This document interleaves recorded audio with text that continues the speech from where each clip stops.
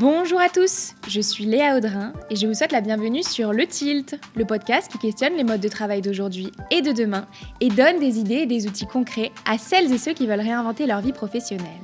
Avant de passer à l'épisode, je voulais vivement remercier Yemanja qui est le partenaire officiel de cet épisode et qui m'accueille dans ses locaux.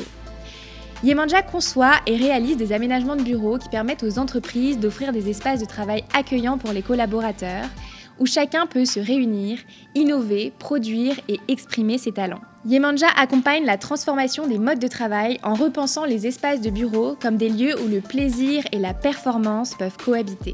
Vous l'aurez compris, Yemanja et moi partageons la même conviction. Chaque entreprise et chaque collaborateur est en mesure d'inventer et incarner sa propre manière de travailler. Aujourd'hui, je reçois à nouveau Saverio Tomasella, docteur en psychologie et en management, pour échanger sur la place des émotions en entreprise. Le monde de l'entreprise a longtemps été fermé aux émotions. Et pourtant, peut-on vraiment laisser nos émotions sur le pas de la porte le matin en arrivant au bureau ? La réponse est non. Alors, comment faire pour les accueillir et les exprimer au mieux dans un contexte d'entreprise ? C'est ce que nous partageons avec Saverio en échangeant sur la nécessité de mettre en place en interne un cadre qui permette de les accueillir et les exprimer, mais également en vous partageant des clés concrètes à appliquer au sein de l'entreprise. Bien loin des clichés et des émotions qui compliquent la vie de l'entreprise, nous voyons dans leur accueil et leur expression un moyen de renforcer les liens, être davantage créatif et produire d'une manière plus saine et sereine. Vous découvrirez au sein de notre discussion que quelle que soit la taille de l'organisation, sa culture ou son secteur, chaque entreprise et chaque collaborateur a tout à gagner à réintégrer cette part d'humanité. Si le podcast vous plaît, vous pouvez vous abonner sur votre plateforme d'écoute préférée, rejoindre ma newsletter et me suivre sur Instagram @le.tilt pour vous inspirer et accéder à des clés de coaching concrètes pour se mettre sur le chemin d'une vie professionnelle épanouissante. Bonne écoute! Bonjour Saverio. Bonjour Léa. Merci beaucoup pour cette deuxième discussion qu'on a aujourd'hui ensemble. On a, dans un premier épisode, évoqué le sujet de l'ultra-sensibilité au travail et comment être bien dans son quotidien professionnel quand on est une personne hautement sensible. Alors pour ce deuxième volet, on va parler ensemble de la place des émotions en entreprise. Alors, grand sujet, grand et vaste sujet. Mais avant d'entrer dans le vif du sujet, je tenais à vous représenter. Donc vous êtes docteur en psychologie et docteur en management. Vous êtes aussi le fondateur de l'Observatoire de la sensibilité. Vous avez écrit bon nombre de livres, que ce soit des romans, des BD ou des ouvrages de recherche sur la sensibilité. Donc on peut dire que vous en connaissez un rayon sur le sujet. Donc merci beaucoup de discuter avec moi aujourd'hui de cette question-là. Avant de rentrer dans le vif du sujet de quelle est la place des émotions en entreprise, est-ce qu'on peut revenir à la base de qu'est-ce qu'une émotion ? Une émotion, c'est un mouvement à l'intérieur de nous, hein. Motion, c'est mouvement et à l'intérieur de nous, c'est-à-dire que c'est quelque chose qui bouge. Ça n'est pas un état, c'est un processus et c'est, un processus qui vient nous informer sur ce qui se passe pour nous dans la situation que nous sommes en train de vivre. Mmh. Qu'est-ce qui se passe là pour moi dans cette situation qui est souvent une situation relationnelle avec d'autres, avec le monde, avec soi-même Mmh. et une information qui, va nous éclairer le plus souvent sur nos besoins. Est-ce que j'ai besoin de boire, de manger, de calme, de reconnaissance, de plus de respect, d'expression? Enfin voilà, sur un besoin Mmh. qui n'est pas, satisfait à ce moment-là de ma situation relationnelle et l'émotion vient simplement m'en informer.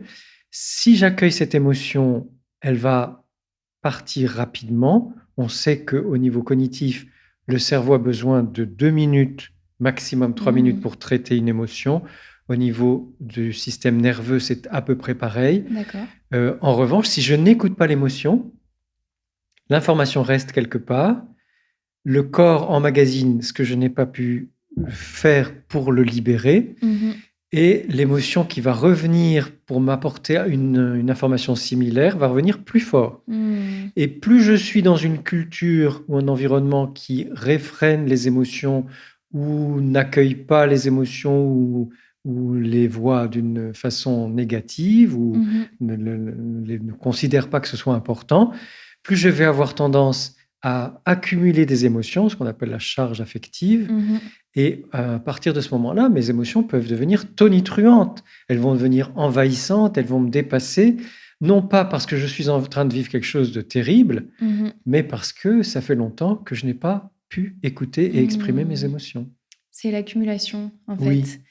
Ça m'évoque, une petite phrase qui dit: «Ce qui ne s'exprime pas s'imprime» et je la trouve très juste, hem, dans le besoin d'exprimer l'émotion pour qu'elle passe, pour en faire quelque chose, de constructif, finalement.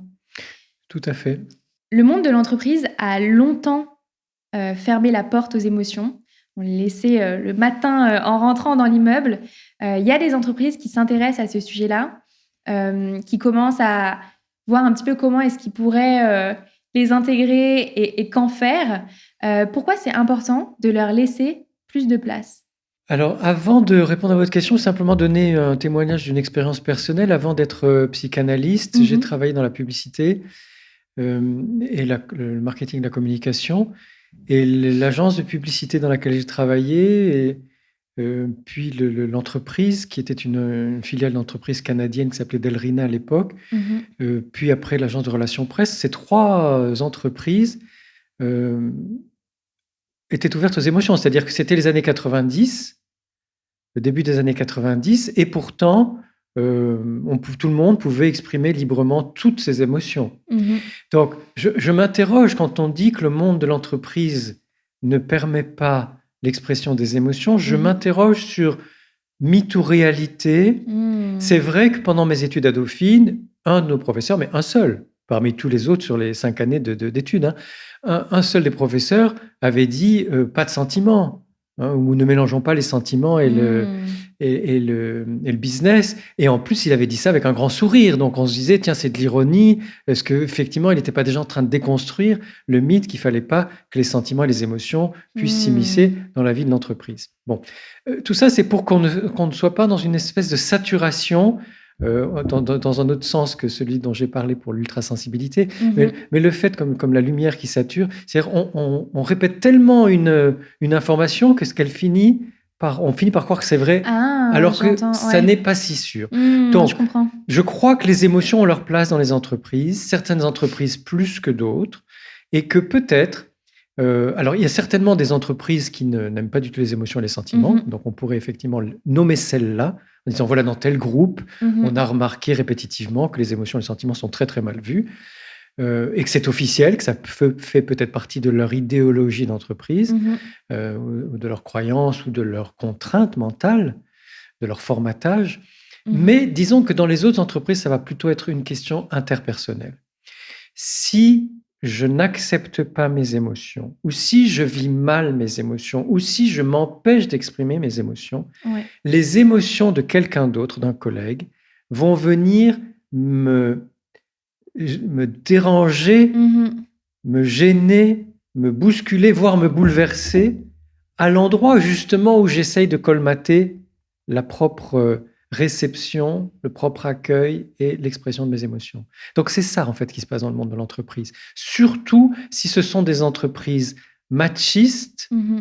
hein, sur un modèle de productivité héroïque, hein, viriliste, Mmh. où on a cru que la sensibilité, les émotions, c'était de l'ordre du féminin, c'était de l'ordre de la faiblesse, c'était de l'ordre de quelque chose qui ne se fait pas, qui ne se dit pas, qui ne se montre pas. Mmh. Alors là, oui, on va essayer d'imposer ce modèle à ses collègues, à ses collaborateurs, en se disant: «N'exprimez pas vos émotions» ou «Mais pour qui tu te prends?»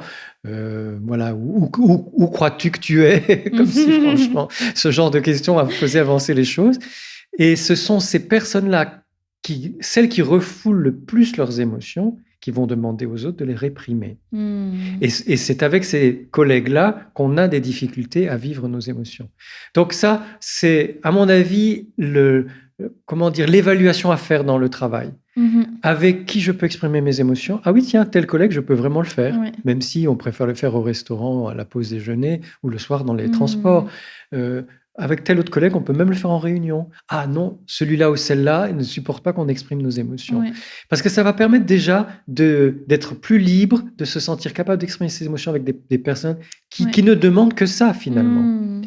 Et puis, il y a un autre problème qui celui-là est culturel, une culture plus générale, c'est par rapport à la colère. La colère est une émotion qui est mal vue pour toutes sortes de raisons qui sont très bien expliquées par Sophie Galabru dans son merveilleux livre Les visages de nos colères ou Le visage de nos colères. Bon.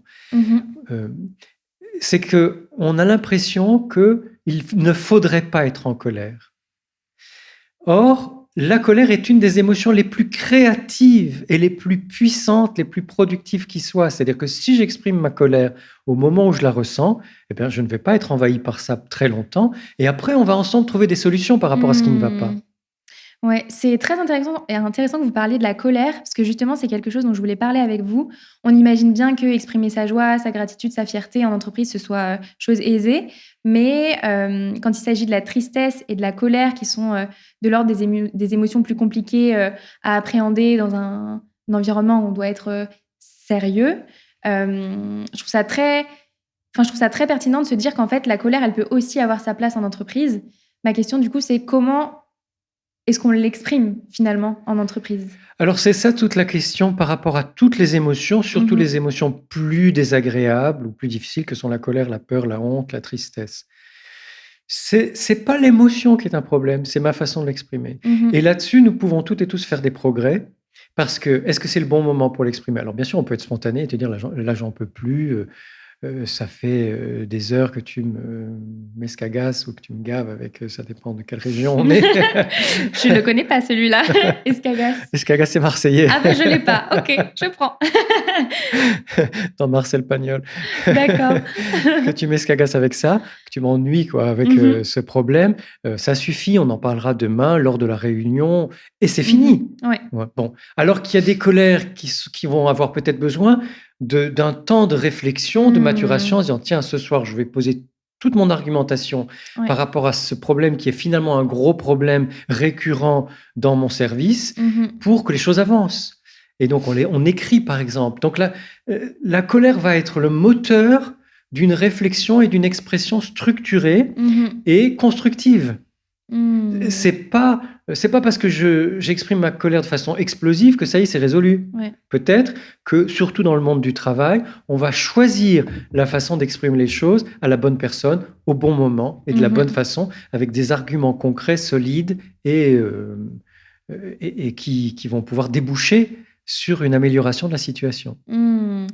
D'accord. C'est très, très clair, donc super.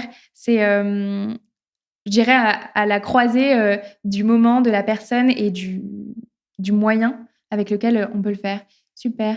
Et est-ce qu'il y a des moyens d'exprimer les émotions qui sont plus faciles? Est-ce qu'on aurait tout intérêt à les exprimer davantage en milieu professionnel, notre joie, notre fierté, notre gratitude, etc.? Oui, alors absolument, parce que c'est bon pour tout le monde en fait. Si le matin j'arrive, je suis super joyeux, ben c'est bien que je l'exprime et que tout le monde voit que je suis joyeux, même s'il y en a qui ne sont pas dans la même humeur et qui vont dire: «Oh celui-là il nous agace parce qu'il est joyeux», alors que nous on est charrette et qu'on a quelque chose à finir et qu'on est super tendu depuis 3 jours.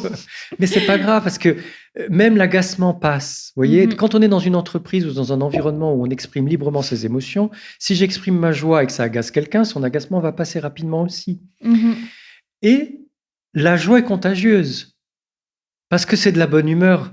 Donc, ça met les autres en bonne humeur. Si c'est de la fierté, ben oui, je peux être fier de la réussite d'un de mes enfants ou d'une réussite sportive ou parce que j'ai passé des super vacances et j'ai envie de montrer des photos. Ouais. Même chose, ça peut créer des petites envies, des petits agacements, mais tout ça, c'est humain. Ouais. C'est qu'à partir du moment où on libère toutes les émotions, plus personne n'est gêné même de sentir quelque chose d'un peu moins, comment dire, moins louable. Si dire bon, j'en ai rien à foutre de tes vacances.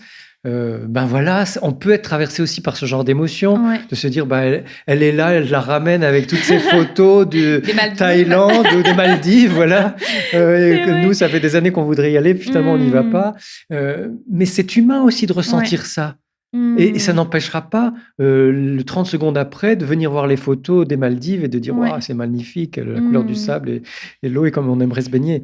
J'aime bien cette notion de porosité entre les émotions qui se créent et que l'on vit en dehors du pro et qui peuvent aussi venir dans la sphère pro et inversement. Parce qu'en fait, les émotions, comme on le disait tout à l'heure, elles s'arrêtent pas au seuil de la porte ou elles reprennent Exactement. pas quand on, Il n'y a pas de on frontière. ferme son bureau le soir, quoi. La frontière, c'est une abstraction, abstraction politique. L'émotion est sans Hmm. frontière. Donc effectivement, elle ne sait pas si c'est le pro ou le perso.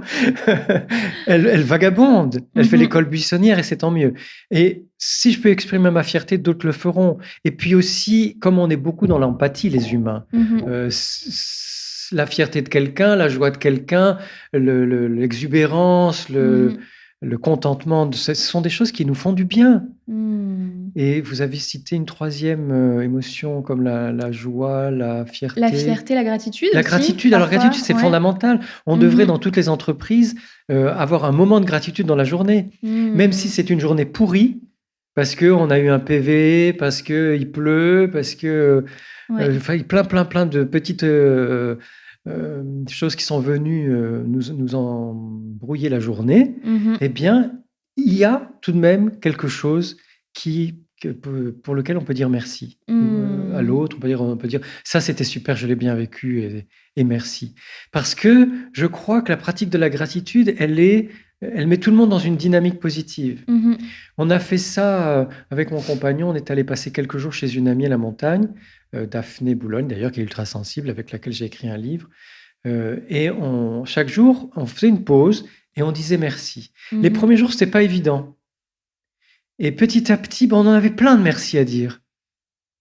Parce qu'en fait, des petites choses sympathiques, agréables ou d'émerveillement dans la journée, il y en a. Et que c'est comme une espèce de gymnastique. Ouais. Au début, on fait des abdos et des pompes, c'est difficile. Puis après, on se rend compte que si, ça va. C'est le muscle du cerveau, quoi. Alors, non, pas du cerveau finalement. Non, je dirais c'est une habitude. C'est que ça ne nous coûte plus. Ça devient comme le fait on mange tous les jours, on boit tous les jours, on se fait la tisane ou le café ou le thé. Et c'est pareil, on a notre moment de gratitude. Génial. Et ces moments où on exprime la joie, la gratitude et la fierté vont aussi faciliter le moment où on va exprimer la tristesse.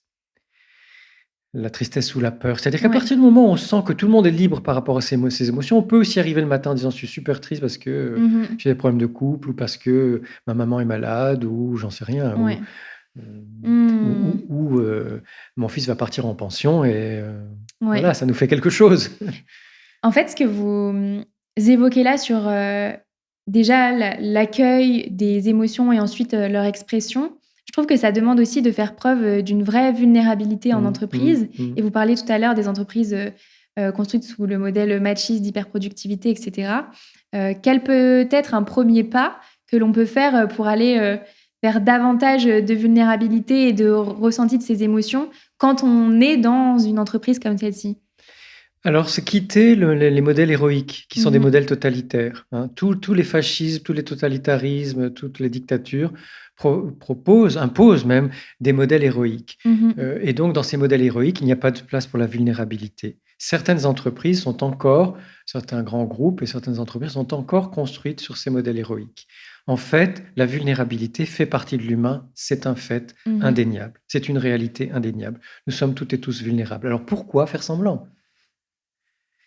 Et dans cette vulnérabilité, il y a certains jours, on ne la sent pas du tout, même certaines périodes où tout va bien, on ne se sent pas vulnérable, et d'autres, bien sûr, on va se sentir vulnérable. Et une grande artiste espagnole dont j'ai oublié le nom, j'ai lu une interview d'elle il n'y a pas longtemps, disait qu'il n'y a que dans la vulnérabilité qu'un artiste peut créer. C'est-à-dire que c'est quand on est touché par quelque chose, et parfois même profondément remué, bouleversé, que nos profondeurs se mettent en mouvement pour trouver des ressources par rapport à la situation qui nous bouleverse ou nous bouscule. Et que si j'accepte ma sensibilité, ma vulnérabilité, mes émotions, surtout si je suis un homme, parce que dans ces modèles totalitaires et dictatoriaux, c'est toujours le modèle de l'homme héroïque. Et la femme doit se conformer, alors soit soumise à l'homme héroïque, soit faire pareil.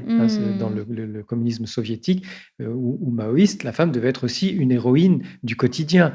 Si on laisse tomber ce modèle-là, qui n'est pas humain en fait, qui est simplement idéologique, on se rend compte que quand on a un moment de vulnérabilité, on a un moment de vulnérabilité. Et un jour c'est moi, un jour c'est toi, un jour c'est quelqu'un d'autre, et puis on les accueille. Mmh. Parce que ces émotions qu'on exprime de sa vie professionnelle et de sa vie privée, Ouais. ça peut aussi concerner l'entreprise. Je suis triste de ton départ en retraite, je t'adorais, etc.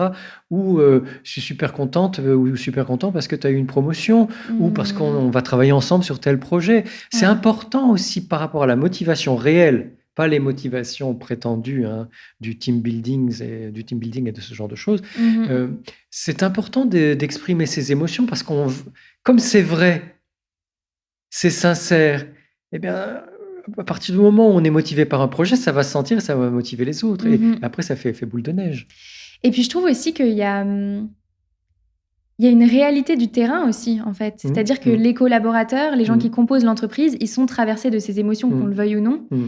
Et donc, mettre des œillères sur ce que traversent les collaborateurs, au final, c'est se priver d'une partie de qui ils sont et comment est-ce qu'on pourrait les accompagner pour faire en sorte que ça serve aussi à l'entreprise, quoi, et à tout l'environnement de travail.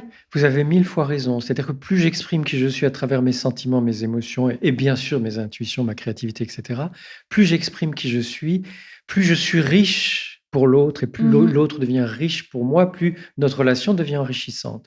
Et c'est beaucoup plus motivant aussi d'aller travailler dans des conditions comme ça. Et au-delà de cet accueil d'une beaucoup plus grande richesse humaine, il y a aussi le fait que du point de vue hormonal, quand on est dans cette richesse de communication de toutes Mmh. nos émotions et qu'on se connaît mieux, eh bien, on va produire plus de dopamine, qui est l'hormone de l'entrain, qui est l'hormone Mmh. de l'enthousiasme, qui est l'hormone du dynamisme. On va produire plus de sérotonine, qui est l'hormone du bien-être, Mmh. et on va produire plus d'ocytocine, qui est l'hormone relationnelle. Et quand ces Mmh. hormones-là sont produites, eh bien, on est comme, on a l'impression d'avoir des ailes. Donc plutôt que d'être dans la contrainte de je Ouais. n'exprime pas mes émotions, je ne dis pas qui je suis et qui, alors là, du point de vue des bonnes hormones, des bons neurotransmetteurs, nous prive Mmh. de tout ça. Alors on a besoin de nicotine, de caféine, d'alcool pour pouvoir compenser ce manque hormonal. Mmh. Mais si je suis dans cette fluidité dont on parlait tout à l'heure, d'une fluidité des émotions, des sentiments, des ressentis, de qui je suis et je le dis, de la connaissance de soi et de l'autre, Mmh. plus je vais produire ces bons neurotransmetteurs, ces hormones qui favorisent Mmh. tout le système nerveux et le fonctionnement du cerveau. Et vous imaginez la productivité de l'entreprise dans des conditions comme ça? Mmh.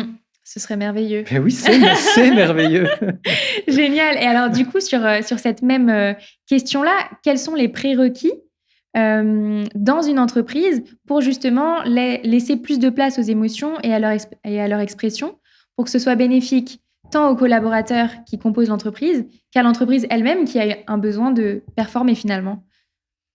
Alors, là encore, comme on se le disait entre 2 épisodes, il y aurait besoin de parler de ce modèle de la performance. Mmh. Je fais juste une parenthèse, ce modèle de la performance qui peut être un modèle de la performance de qualité Mmh. et non pas de la performance en surproduction, Mmh.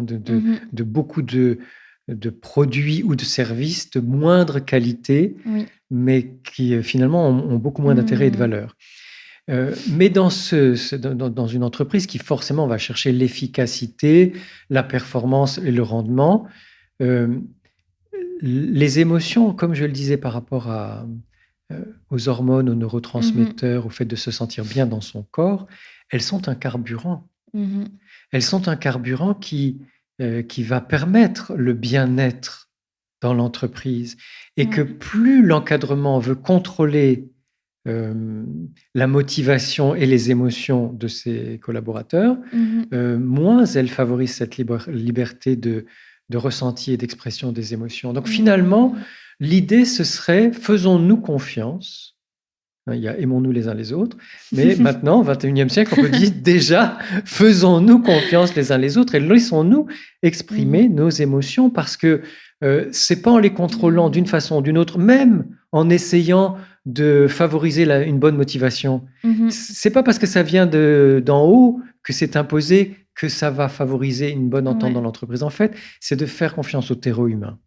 Le terreau Mmh. humain, c'est toujours le meilleur terreau et que plus les personnes sont libres d'exprimer qui elles sont, Mmh. mieux ça se passera. Après, on peut très bien, en dehors des boîtes à idées, mettre la boîte à colère, mettre la boîte à tristesse, Mmh. mettre la boîte à peur Et bien sûr, la boîte à joie, la boîte à fierté, etc. C'est-à-dire avec des couleurs différentes à certains endroits de la salle de repos. Et c'est pas pour aller fliquer, regarder qui a écrit quoi. On ne regarde pas ce qui a été écrit, sauf la boîte à idées, ça oui. Celle-là, elle est relevée régulièrement. Voilà. Mais les autres, les boîtes à émotions, non. C'est simplement que si je ne me sens pas d'exprimer quelque chose à haute voix, parce que je suis timide ou par pudeur ou parce que je sais que l'autre personne ne le recevrait pas bien, eh bien, je le mets dans une de ces boîtes. Même quand c'est de la fierté, de la joie ou de la gratitude, et ma timidité, ma pudeur peuvent faire que je préfère l'écrire sur un bout de papier et le mettre dans la boîte à gratitude. Mais si c'est une colère à plus forte raison, quelque chose que j'ai pas envie d'écrire un mail à tel collègue parce que je sais que ça va la heurter et que ça va pas favoriser nos relations, mais pourtant je suis en colère contre elle. Donc j'écris ma petite lettre de colère, je la mets dans la boîte à colère. Et à la fin du mois, les boîtes sont vidées. On regarde même pas ce qu'il y a. Et en fait, ça permet cette fluidité, cette libération. Ça rejoint vraiment le sujet du médium par lequel on exprime l'émotion dont vous parliez tout à l'heure.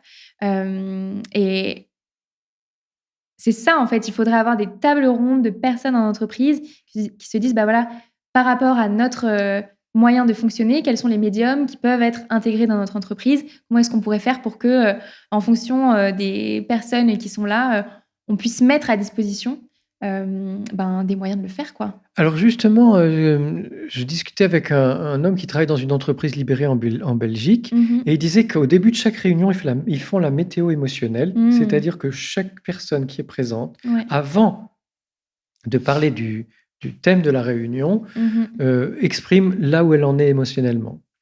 Et que si une personne sent qu'elle est traversée par des émotions trop fortes, elle peut dire « J'assiste à la réunion, je vous donnerai mon avis, mais je ne participerai pas à la prise de décision ». Donc, vous voyez, ça n'empêche pas le fonctionnement de l'entreprise, mais tout le monde va dire où il en est émotionnellement avant le début de la réunion. Et si quelqu'un se sent vraiment trop chamboulé, il peut dire « Bon, je participe à la réunion, mais je ne prendrai pas la décision avec vous. » C'est génial. Ça m'évoque aussi, j'avais reçu la fondatrice d'une entreprise libérée sur le podcast il y a plusieurs années maintenant. Eux, ils avaient instauré ce qu'ils appellent les feux de camp. Donc, c'est-à-dire que 2-3 fois par an, ils se voient, ils font un espèce de feu de camp. J'ignore s'il y a vraiment un feu, je pense pas, mais en tout cas, ils se retrouvent tous en rond et ils ont le droit de parler de tout sauf du travail pour remettre vraiment l'humain au cœur. Comment est-ce que tu te sens pas forcément évoquer ce qui se passe dans la vie personnelle de chacun, mais en tout cas de pouvoir avoir un espace dans lequel on est humain avant d'être professionnel. Et j'avais trouvé l'idée géniale. C'est une excellente idée. Ce serait bien de faire des feux de camp un peu partout, avec ou sans feu. Et je pense que c'est très bien, effectivement, d'évacuer les préoccupations de travail pour pouvoir parler à des humains à un niveau différent. Et je pense qu'on peut aussi avoir des réunions qui sont des réunions feu de camp, c'est-à-dire des réunions en cercle. Parce qu'on s'est rendu compte que le cercle favorise la circulation des idées, mais aussi la prise de décision. Donc éviter les tables en U, enfin les salles en U. C'est ce que j'allais vous demander. Est-ce que c'est vraiment une histoire de forme de table? Si, oui. C'est vraiment la forme. Et qui fait qu'effectivement, dans le cercle, il n'y a plus d'hierarchie. Tout le monde est à parité. Et ça facilite vraiment la communication et la circulation des idées. Génial. J'avais une autre question pour vous, Saverio, que j'avais hâte de vous poser. Est-ce que performance et rentabilité peuvent cohabiter avec sensibilité et émotion en entreprise? J'en suis convaincu. J'en suis convaincu. Et justement, les entreprises dans lesquelles j'ai pu travailler, à la fois comme salarié avant d'être psychanalyste, puis après comme psychanalyste, parce que pendant un temps, j'ai aussi travaillé, je suis aussi intervenu dans des entreprises, étaient toutes des entreprises très performantes, très rentables, où tout le monde pouvait exprimer ses émotions à tout moment.